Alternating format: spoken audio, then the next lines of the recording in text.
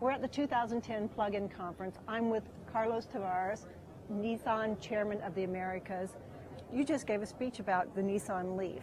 Tell us a little bit about your plans for the next 2 years with electric vehicles. Well, our plans are very simple. We are going to launch the car from December 2010 in five major markets, including California. And from here, we are going to roll out the launch of this car with a second wave, which will happen in January 2011 with Texas and Hawaii. And then another wave in April 2011. And by the end of calendar year 2011, the rollout will be completed for the full market. And this is for the United States? For the United States, absolutely.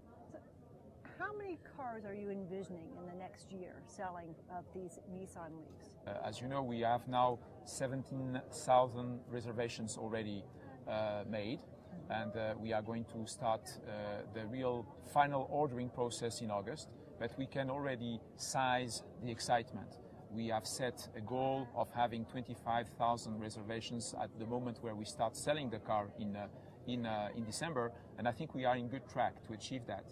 From this point up to late 2012, we will be supplying the market from our Japanese plant. And from late 2012, we will have a plant in Smyrna, Tennessee, with a capacity of 150,000 units per year, and that plant will supply not only the United States, but the full Americas in terms of Nissan Leaf. You're going to get the first 17,000 are pretty much the early adopters for this vehicle. What do you consider mainstream when you actually say, okay, now we are seeing a payback on this? You are absolutely correct. We see that we have now early adopters in our reservation list. We see that 90% of those people do not drive a Nissan.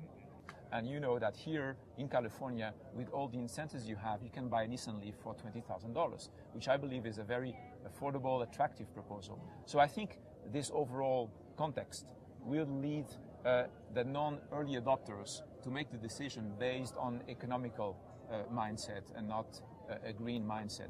How much time is spent of Nissan's working with energy providers? Everybody understands that we need to fix this global warming issue. Everybody understands that there are energy independence issues to be fixed. So this alignment was very natural because it makes a lot of sense for our society, and our citizens are asking for it. So it is very natural. I mean, I can tell you, and this is the pure truth, there is absolutely no tension. There is, of course, the mindset of trying to collaborate and find the right interfaces between the different entities so that at the end of the day, the customer gets a perfect service. And that's what counts for us. What counts for us is that none of this complexity is visible for the customer. The customer just needs to buy the car. We take care of installing the charging unit in his garage. He plugs in, 5 seconds, next morning he takes the car, he goes to the office, and that's it. So we want it to be very simple for the consumer. You have a charging unit. How much is that charging unit going to cost? Oh, it's going to be around $2,000. That's the magnitude. But of course, you have also tax incentives, which will help most of the consumers to reduce that cost. Carlos, thank you very much. My pleasure.